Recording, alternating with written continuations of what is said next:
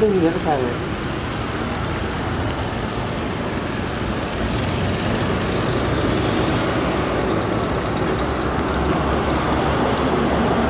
कति भित्रै हुँदैन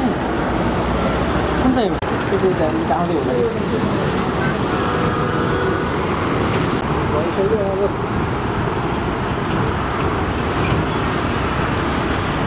झन्डा केही छैन यार है जे हो र हो होइन म त सानोदेखि देख्छु धेरै खाएर यार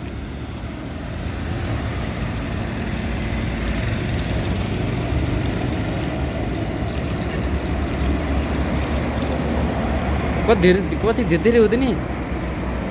कुन चाहिँ हो खोइ यता आउँदै होला कि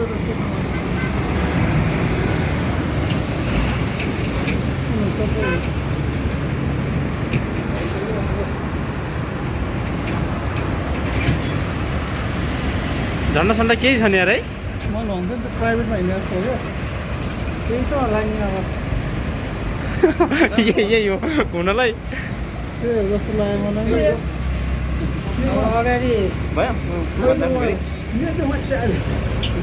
भन्छ नि यो माथि चाहिँ फोटो खिच्छ कि ट्याक्कै यहाँ नजिक आउँदाखेरि खिच्दा खिच्दै यो रेकर्ड भइरहेको नि होइन ए यसले फोटो हानिरहेको फोटो पनि हान्छ है यहाँ नजिक ठ्याक्कै नजिक आएपछि होइन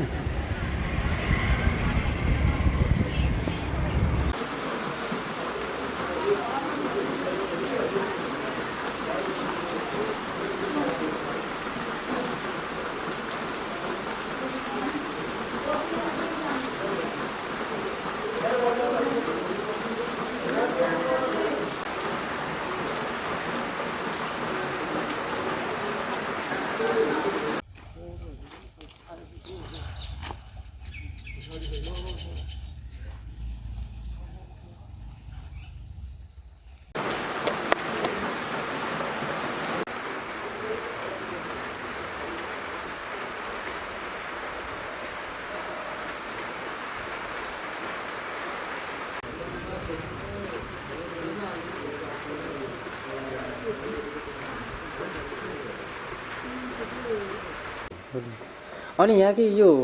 के अरे आएर बस्न नि मिल्यो सर हजुर त पब्लिक मान्छे हो नि कहाँ निजी मान्छे हो त नि उसको लाइफ उसको प्रधानमन्त्री यस्ता भए पनि खोइ आछन् कता आछन् कता बसेका छन् थाहै नहुन्थ्यो लागि सट्टा आउनु सिट्टा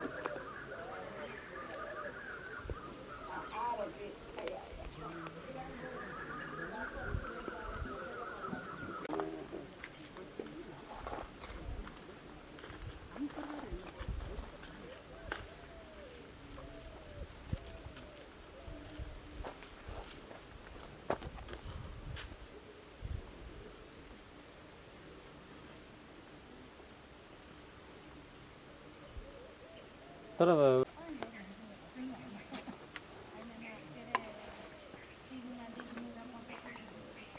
सिभिलको होला नि एकजना क्या सुनसान छ त अनि हजुर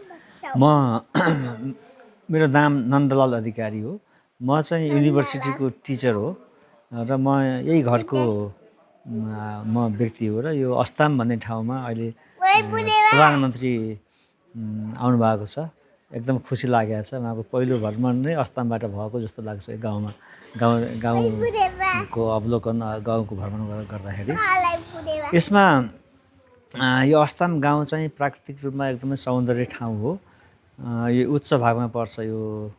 र यो चाहिँ खानेपानीको अलि असुविधा भएको ठाउँ हो यो र यो पर्यटकीय दृष्टिकोणले असाध्यै भाइबल असाध्यै महत्त्वपूर्ण ठाउँ यो बनेको छ किनभने यहाँबाट अन्नपूर्ण हिम श्रृङ्खला स्पष्ट रूपमा देख्न सकिन्छ मनसुली रेन्ज पनि सबै देख्न सकिन्छ अनि माछा पोसेर त असाध्यै नजिक देखिन्छ र धौलागिरीको थोरै पोइन्ट यहाँबाट देखिन्छ त्यस कारणले यो सबै दृश्यावलोकन एकैचोटि एकै ठाउँबाट गर्न सकिने भएको कारणले यहाँ पर्यटकहरू आउने योग गर्ने ध्यान गर्ने र यहीँ बस्ने रमाउने गर्नुहुन्छ त्यस कारणले यो ठाउँ प्राकृतिक रूपमा राम्रो ठाउँ छ र यहाँ हाम्रो प्रधानमन्त्री आएको बेलामा चाहिँ प्रधानमन्त्रीले यो ठाउँको किसानहरू यहाँ धेरै छ यहाँ चाहिँ श्रम गरेर खाने मान्छेहरू धेरै छ